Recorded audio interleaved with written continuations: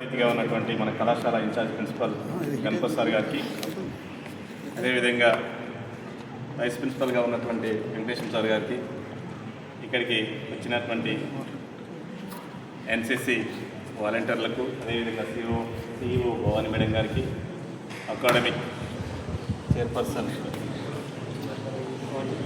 Coordinator Vijayabhaskar సార్కి, మిగతా నాతోటి అధ్యాపకులకు, విద్యార్థులందరికీ, నాన్ టీచింగ్ స్టాఫ్ అందరికీ కూడా జయశంకర్ సార్ జన్మదిన శుభాకాంక్షలు తెలియజేస్తూ, జయశంకర్ సార్ గారి గురించి మాట్లాడాలి అనుకుంటే చాలా సుదీర్ఘమైనటువంటి తెలంగాణ చరిత్రను చెప్పుకున్నట్టుగానే ఉంటుంది.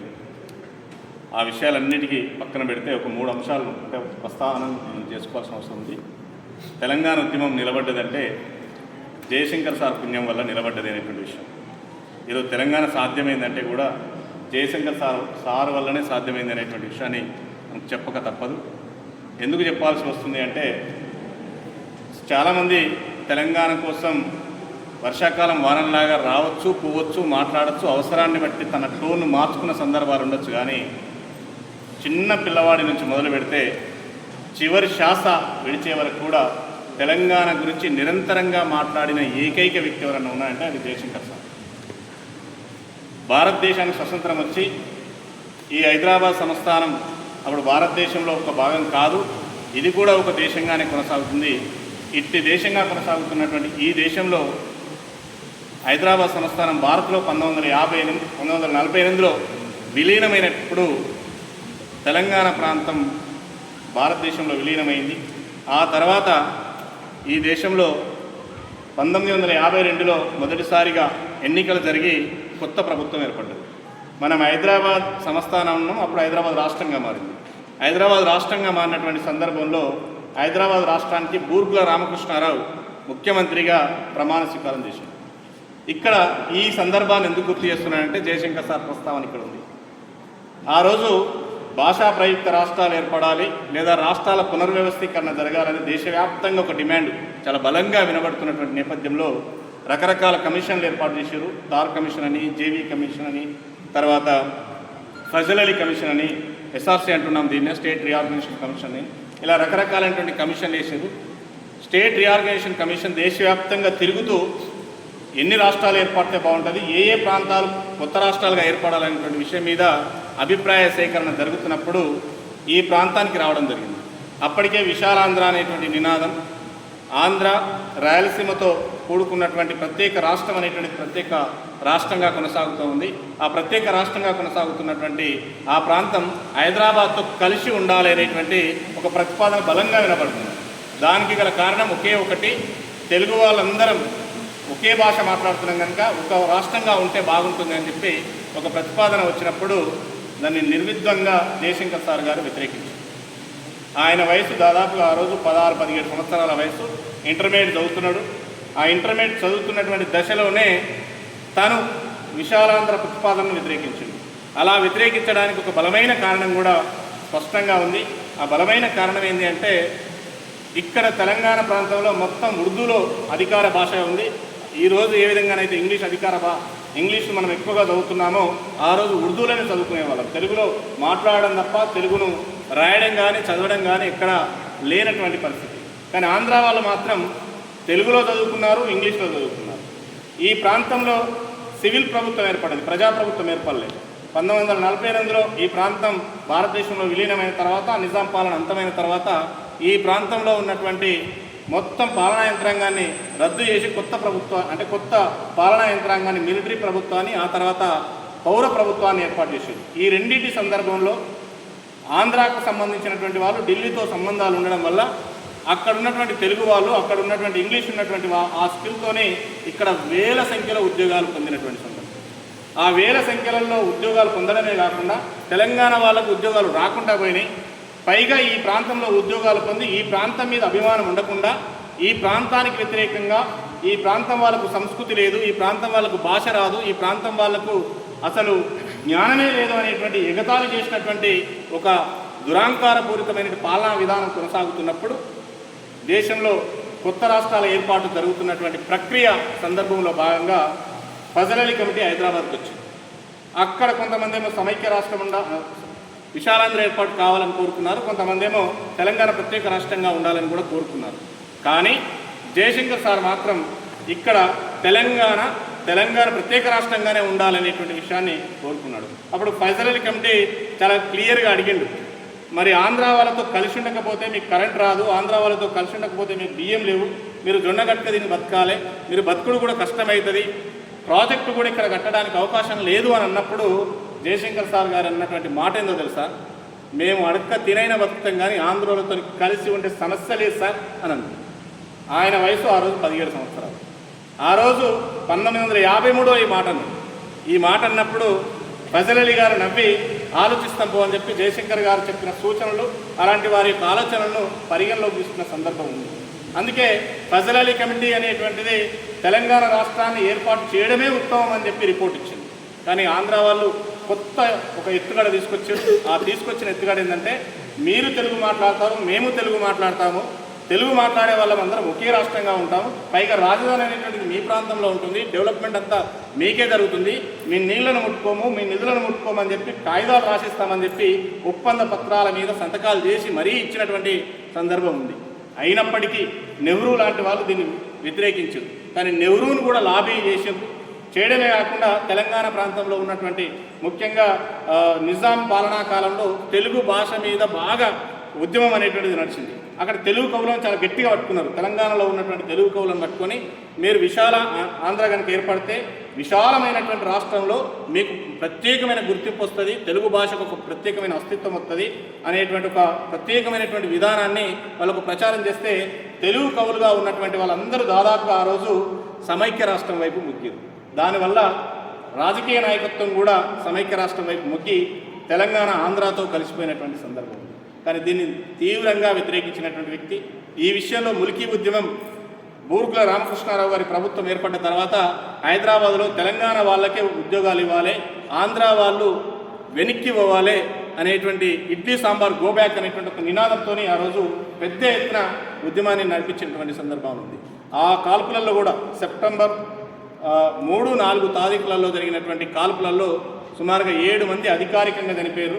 ఆ చనిపోయినటువంటి శవాలు కూడా దొరకనీయనటువంటి పరిస్థితి, మార్చిలోనే వాళ్ళని తగులబెట్టినటువంటి సందర్భాలను ప్రభుత్వం అంతటి దమనకాండకు పూనుకున్నది. సరే, కారణాలు ఏమైనా సమైక్య రాష్ట్రం ఏర్పడ్డది.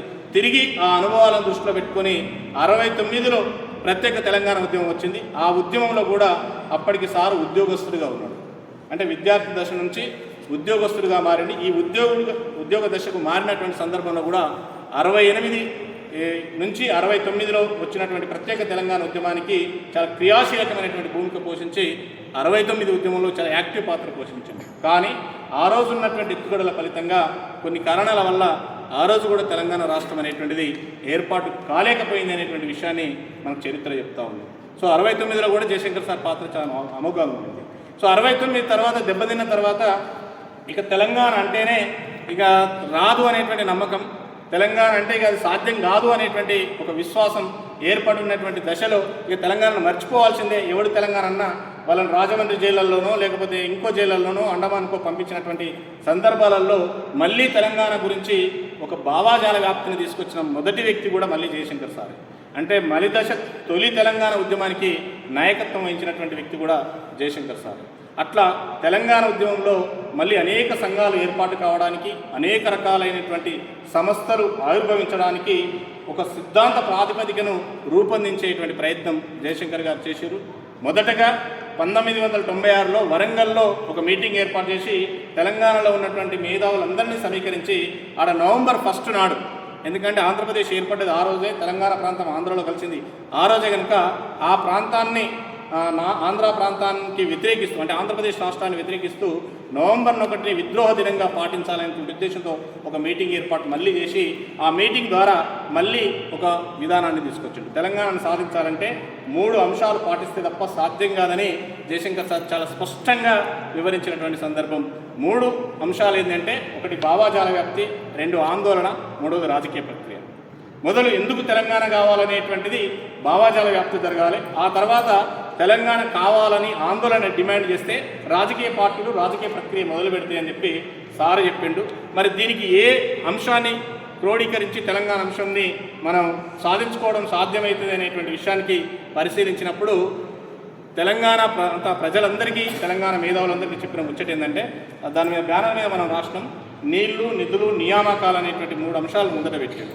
సో ఈ 3 అంశాల యొక్క అంశం ఏంటి అంటే, ఆంధ్రప్రదేశ్ రాష్ట్రంలో నీళ్లల్లో మా తెలంగాణ వాటా ఎంత, నిధులలో మా తెలంగాణ వాటా ఎంత, నియామకాలలో మా తెలంగాణ వాటా ఎంత, ఇది చెప్పండి, మాకు తెలంగాణ ఎందుకు కావాలో అర్థమవుతుందని చెప్పి స్టాటిస్టిక్స్తో కూడుకున్నటువంటి లెక్కలన్నీ చెప్పడంతో పాటు ఆయన తెలంగాణ రాష్ట్రం ఒక డిమాండ్ అనేటువంటి పుస్తకాన్ని ప్రచురించిండు. చాలా చిన్న పుస్తకం, ఎవరైనా చదవచ్చు, 100 పేజీలోపే ఉంటుంది. అది లెక్కలు, ఆధారాలే ఉంటాయి, అందులో వేరే ఎక్స్ప్లెనేషన్ ఏమి ఉండదు. చాలా క్లియర్ కట్గా వివిధ రంగాలలో తెలంగాణ ప్రాంతానికి జరుగుతున్న అన్యాయాన్ని చాలా చక్కగా వివరించినటువంటి వ్యక్తి. ఆ వ్యక్తి అంతటితో కాకుండా వివిధ రంగాలలో పనిచేస్తున్న వాళ్ళందరినీ సమీకరించి ఉస్మానియా యూనివర్సిటీ కేంద్రంగా 1997లో 2 రోజుల సదస్సు, జాతీయ సదస్సు పెట్టి తెలంగాణకు జరుగుతున్న అన్యాయాన్ని వెలుగులోకి తీసుకురావడానికి, వివిధ రంగాలలో ఉన్నటువంటి అంశాలలో జరుగుతున్న అన్యాయాన్ని బయటికి తీసుకురావడానికి వివిధ రూపాలలో వ్యాసాలు రాపించి దాన్ని తల్లడిల్లుతున్న తెలంగాణ అనేటువంటి ఒక పుస్తకాన్ని అచ్చువేపించినటువంటి చరిత్ర కూడా జయశంకర్ సార్. సో ఇంతటి ప్రయత్నం చేస్తున్నటువంటి దశలోనే ఆ రోజు తెలంగాణ కోసం అక్కడక్కడ సంఘాలు ఏర్పాటు మొదలైనవి. ఆ సంఘాలు ఏర్పడుతున్నటువంటి దశలో తెలంగాణ గురించి మాట్లాడితే ఇక్కడ మనం గద్దర్జీ కూడా పెట్టుకున్నాం. అదే 97లో భువనగిరిలో పెద్ద సదస్సు జరిగింది, 2 రోజుల సదస్సు జరిగి సాయంత్రం భారీ బహిరంగ సభ జరిగింది. ఆ భారీ బహిరంగ సభ జరిగినప్పుడు గద్దర్ మీద కాల్పులు జరిగింది. ఆ మీటింగ్ జరిగిన తర్వాతనే గద్దర్ మీద కాల్పులు జరిగితే 10 సంవత్సరాలు బయటికి రాకుండా అజ్ఞాతంలో ఉండాల్సినటువంటి ఒక అనివార్య పరిస్థితి వచ్చింది. కానీ జయశంకర్ సార్ ఎన్నడూ వెనక్కి పోనటువంటి కఠోరమైనటువంటి పద్ధతిలో రకరకాల సంఘాలు పెట్టి, అదే సమయంలో తెలంగాణ ఐక్య కార్యాచరణ సంఘటన అని చెప్పి 48 సంఘాలతో కూడుకున్నటువంటి ఒక కమిటీని ఏర్పాటు చేసి కమిటీ ద్వారా తెలంగాణ భావజాల వ్యక్తం చేసింది. ఈ క్రమంలో ఇంద్రారెడ్డి అనేటువంటి వ్యక్తి, ఈరోజు ఉన్నటువంటి సబితా ఇంద్రారెడ్డి వాళ్ళ భర్త ఇంద్రారెడ్డి, ఆయన తెలుగుదేశం పార్టీతో విభేదించి తెలంగాణని బయటికి వస్తే ఆయనకు సపోర్ట్ చేసిండు, ఆయనకు అన్ని రకాలుగా సపోర్ట్ చేసిండు. కానీ ఆయన రాజశేఖర రెడ్డి మాటలు విని మళ్ళీ ఈ తెలంగాణ పార్టీని కాంగ్రెస్ పార్టీలో విలీనం చేసిండు. ఇలాంటి పరిస్థితులు జరుగుతున్నప్పుడు చంద్రబాబు నాయుడు యొక్క ఆధిపత్యం చాలా అద్భుతంగా కొనసాగుతుంది ఆంధ్రప్రదేశ్ రాష్ట్రం మీద. ఇలా జరుగుతున్నటువంటి దశలో తెలంగాణ ప్రాంతంలో ఉన్నటువంటి కాంగ్రెస్ ఎమ్మెల్యేలందరినీ ఏకం చేసి చిన్నారెడ్డి, పాల్వాయి గోవర్ధన్ రెడ్డి లాంటి వాళ్ళ యొక్క సహకారంతో ఆ రోజు 41 మంది తెలంగాణ ఎమ్మెల్యే సంతకాలు సేకరించి సోనియా గాంధీకి అప్పచెప్పి, సోనియా గాంధీ ద్వారా తెలంగాణకు అనుకూలంగా మీరు తీర్మానించండి మీ పార్టీ అని చెప్పి చాలా ప్రెషర్ తెచ్చినటువంటి సందర్భంలో తెలంగాణ గురించి విస్తృతంగా చర్చ జరిగింది. ఈ చర్చ జరుగుతున్నటువంటి పరిణామ క్రమంలోనే రకరకాల తెలంగాణకు సంబంధించినటువంటి సంఘాలు ఏర్పడ్డాయి, చాలా ప్రయత్నాలు చేస్తున్నారు. మారోజు వీరాజన్న కూడా చాలా అద్భుతమైనటువంటి పోరాటాలు చేస్తూ సూర్యాపేట సభను అద్భుతంగా జరిగిండు, నిజామాబాద్లో ఒక అద్భుతమైన సభ జరిగింది. ఎక్కడికక్కడ తెలంగాణ పేరు మీద సంఘాలు ఏర్పడి పనిచేసుకుంటూ వస్తున్నటువంటి క్రమంలోనే కేసీఆర్ గారు విద్యుత్ ఛార్జీలు, తెలంగాణ ప్రాంతంలో ఉన్నటువంటి రైతుల మీద విద్యుత్ ఛార్జీలు భారం పడుతున్నాయి అని ఒక బహిరంగ లేఖ రాష్ట్ర ముఖ్యమంత్రికి. దాంతో ఈయనేమైనా వనికొస్తాడేమో అని చెప్పి కేసీఆర్ దగ్గరికి ఒక 6 నెలలు చాలామందిని వెంబడబెట్టుకొని అనేక ప్రయత్నాలు చేసి తెలంగాణ పార్టీ పెట్టేటట్టు చేసి తెలంగాణ పార్టీ తెరాస పార్టీకి, అంటే తెలంగాణ రాష్ట్ర సమితికి ఆయన ఒక భూమికను పోషించినటువంటి వ్యక్తి కూడా జయశంకర్ సారే. ఇదే కాకుండా ఆ తర్వాత కూడా చాలా సంఘాలు, విద్యార్థి సంఘాలు కావచ్చు, లేకపోతే ప్రజా సంఘాలు కావచ్చు, ఈ సంఘాలన్నీ ఏర్పాటు కావడానికి వాటన్నింటికి ఒక భూమిక, ఒక సిద్ధాంతికతను ఏ విధంగా పోరాటం చేయాలనో చెప్పినటువంటి వ్యక్తి కూడా మనకు జయశంకర్ సార్. ఇలా అనేక ప్రయత్నాలు చేస్తూ తన జీవితాంతం తెలంగాణ కోసం పనిచేసినటువంటి వ్యక్తి. చివరికి ఉద్యమం జరుగుతున్నటువంటి దశలో కూడా చివరికి ఒక 2-3 విషయాలు మనం బాగా గుర్తు చేసుకోవాలి. సిద్దిపేట ఉద్యోగ గర్జన జరిగిన తర్వాత తెలంగాణ ఉద్యమానికి చాలా ఊపొచ్చింది. ఆ ఊపొచ్చినటువంటి సందర్భంలో కేసీఆర్ గారు ఆమర నిరాహార దీక్ష ప్రకటించారు. కేసీఆర్ గారు ఆమర నిరాహార దీక్ష ప్రకటించినటువంటి సందర్భంలో తెలంగాణ వచ్చుడో కేసీఆర్ చచ్చుడో, నా శవయాత్రలో నడుస్తారా, తెలంగాణ జైత్రయాత్రలో నడుస్తారా అని కేసీఆర్ ఒక బలమైన స్టేట్మెంట్ ఇచ్చిండు. ఆ స్టేట్మెంట్ ఇవ్వడం వెనుక కూడా జయశంకర్ సార్ యొక్క ప్రోద్బలం ఉంది. ఆ ఉండడమే కాకుండా ఆయన ఆమర నిరాహార దీక్ష వెంబడి వెన్నంటూ 9-11 రోజుల పాటు జరిగినటువంటి ఆ ఆమర నిరాహార దీక్షలో మొత్తం కేసీఆర్ వెన్నంటూ నిలబడ్డటువంటి వ్యక్తి కూడా జయశంకర్ సార్. అదేవిధంగా ఆయన మధ్యలో కొన్ని ప్రత్యేకమైనటువంటి పరిస్థితుల నేపథ్యంలో దీక్ష విరమించిందనేటువంటి ఒక దుష్ప్రచారం చేస్తూ టీవీలలో కనబడ్డప్పుడు కేసీఆర్ చెప్పిన తెలంగాణ సమాజం నమ్మలేదు. కానీ జయశంకర్ సార్ వచ్చి ఆయన కఠోరమైన దీక్ష చేస్తున్నాడు. సీమాంధ్ర మీడియా, సీమాంధ్ర రాజకీయ నాయకత్వం సీమాంధ్రకు సంబంధించిన డాక్టర్లు ఈ ఖమ్మంలో మనని మోసం చేస్తూ తప్పుడు పద్ధతి ప్రచారం చేస్తున్నారని ఆయన దీక్షకు సజీవ సాక్షి నేనని ఆయన నుంచి బయటకు వచ్చి చెప్పినాకనే మళ్ళీ ఆయన మాట విన్నటువంటి సందర్భం. సో ఆ మాట విని తెలంగాణ ఉద్యమం జరిగింది. చివరికి డిసెంబర్ 10వ తారీఖు నాడు చలో అసెంబ్లీ పిలుపునిచ్చినప్పుడు ఆ పిలుపులో లక్షలాది మంది చనిపోయే ప్రమాదం ఉంది అని చెప్పి ఇంటెలిజెన్స్ నిఘా వర్గాలు ఏర్పాటు చేసినప్పుడు ఈ ప్రమాదాన్ని ఈ ఉపద్రవాన్ని ఎట్లా ఆపాలి, ఏ విధంగా ఆపాలని చెప్పి మళ్ళీ ఆలోచించినప్పుడు అప్పుడు కేంద్ర ప్రభుత్వం ఉన్నటువంటి హోమ్ మినిస్టర్గా చిదంబరం గారు కూడా జయశంకర్ సార్ని సంప్రదించి మమ్మల్ని ఏం చేయమంటారు సార్, ఎవరిని పరిగణలోకి తీసుకోలేదు. చూడండి, చిదంబరం గారు కేంద్ర హోంమంత్రిగా జయశంకర్ సార్ను సంప్రదించి ఏ ప్రకటన ఇస్తే తెలంగాణ ఉద్యమాన్ని మేము సముదాయించగలుగుతాం, మీరు మా మాట నమ్మగలుగుతారు, మేము తెలంగాణ ఏర్పాటు చేయడానికి సర్వం సిద్ధంగా ఉన్నాం, మీరు మమ్మల్ని నమ్మండి అంటే పలానా ప్రకటన ఇవ్వండి అని చెప్పి తను రాసి చెప్పినటువంటి ప్రకటననే చిదంబరం గారు వచ్చి డిసెంబర్ 9 అర్ధరాత్రి ప్రకటించినటువంటి సందర్భాన్ని మనం చూసాం. అట్లా తెలంగాణ రాష్ట్రం ఏర్పాటు చేస్తున్నామని చెప్పి మొట్టమొదటిసారిగా కేంద్ర ప్రభుత్వం ప్రకటించేటట్టుగా చేసిన వ్యక్తి కూడా జయశంకర్ సారే. అదే కాకుండా దురదృష్టం కొద్దీ ఆంధ్ర వాళ్ళు మళ్ళీ ఏం చేశారంటే తెలంగాణను ఏదో ఒక విధంగా ఆపాలని చెప్పి పెట్టుబడిదారులందరూ కలిసి సమైక్య ఉద్యమాన్ని నిర్మించారు. ఆ సమైక్య ఉద్యమాన్ని కూడా తిరిగి మళ్ళా ఎదుర్కోలేక కేంద్ర ప్రభుత్వం రెండో ప్రకటన ఇచ్చి మేము సమైక్య రాష్ట్రంగానే వస్తాం, విడగొట్టమని రెండో ప్రకటన చేశారు. డిసెంబర్ 23 నాడు చేస్తే 24 నాడు కేసీఆర్ ఒక మాట అన్నాడు, నేను మళ్ళీ ఆమరణ నిరాహార దీక్ష చేస్తా, తెలంగాణ వచ్చినాకనే నా దీక్ష విరమిస్తా అంటే ఈసారి నువ్వు ఆమరణ నిరాహార దీక్ష చేస్తే నిన్ను చంపడం ఖాయం, నేను ఇప్పుడు మనం రాజకీయ ఎత్తుగడలు వేయాలి, రాజకీయాలకు అతీతంగా మనం ఉద్యమాన్ని నడిపించాలని చెప్పి జేఏసీ ఏర్పాటు చేయడానికి ఆ జేఏసీకి ఒక రాజకీయాలకు అతీతమైనటువంటి వ్యక్తిని ప్రొఫెసర్ కోదండరాం గారిని చైర్మన్గా నియమించడంలో కూడా జయశంకర్ సార్ పాత్ర అమోఘంగా ఉంది అనేటువంటి విషయాన్ని మనం గుర్తించాం. సో ఇలా అడుగడుగున జయశంకర్ సార్ యొక్క పాత్ర చాలా అమోఘంగా ఉంది. చాలా అనేక విషయాలలో ఆయన తెలంగాణకు సంబంధించినటువంటి విషయాలలో పాల్గొని తెలంగాణ ఉద్యమం సఫలీకృతమై తెలంగాణ రాష్ట్రం ఏర్పాటు కావడానికి ఆయన సక్సెస్ అయ్యిండు. చివరిగా ఇంకొక విషయం, జయశంకర్ సారు కేవలం తెలంగాణకే పరిమితం కాకుండా తెలంగాణకు అతీతమైనటువంటి విషయాలలో ప్రజాస్వామ్యం మీద ఆయనకు నమ్మకం ఉంది, రాజ్యాంగం పట్ల ఆయనకు నమ్మకం ఉంది. అందుకే పార్లమెంటరీ పంతాలోనే తెలంగాణ రాష్ట్రాన్ని తీసుకొస్తామని పదే ప్రకటించారు. ఎవరు తెలంగాణ మాట్లాడినా వాళ్ళ తరఫున మాట్లాడారు, వాళ్ళ తరఫున నిలబడ్డటువంటి వ్యక్తి, వాళ్ళకి మద్దతు ఇచ్చినటువంటి వ్యక్తి. జనరల్గా కొంతమందికి నక్సలైట్లు అంటే ఇంకొకరంటే పడదు, కానీ ఆ నక్సలైట్లను ఆర్ఎస్సీ నుంచి పీడిఎస్సీ వరకు అందరినీ కలిపి, ఆర్ఎస్ఎస్ నుంచి పీడిఎస్సీ వరకు అందరినీ కలిపి ఒకే వేదిక మీద కూర్చోబెట్టగలిగి తెలంగాణను ఒక్క తాటి మీద నిలబెట్టగలిగిన ఏకైక వ్యక్తి ఎవరన్నా ఉందంటే జయశంకర్ సార్ అనేటువంటి విషయాన్ని మనం మర్చిపోకూడదు.